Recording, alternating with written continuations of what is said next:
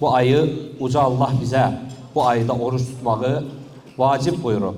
Uca Allah Quran-ı Kerimdə buyurur ki, ey iman getirənlər, sizdən öncəkilərə oruç vacib buyurulduğu kimi sizdə də vacib buyuruldu, çünki siz qorxasınız. Yəni qorxmağınız üçün vacib buyuruldu. Yəni təqvanı əldə etmək üçün, Allah qorxusunu əldə etmək üçün insan oruç tutur. İnsan soruşa bilər ki, Allah qorxusuyla ac qalmağın bağlılığı nədir? Çünki insan oruc olan vaxtı təkcə qarnı ilə deyil, dili ilə də oruç tutmalıdır. Yəni yalanlardan uzaq durmalıdır, pis sözlərdən uzaq durmalıdır, şər böhtandan uzaq durmalıdır, qulağı ilə uzaq durmalıdır, qulağı ilə oruç tutmalıdır, pis sözlər eşitməməlidir, musiqini dinləməməlidir, gözü ilə zinaya baxmamalıdır. Ancaq Allahın halal bir verdiyi məsələlərlə məşğul olmalıdır.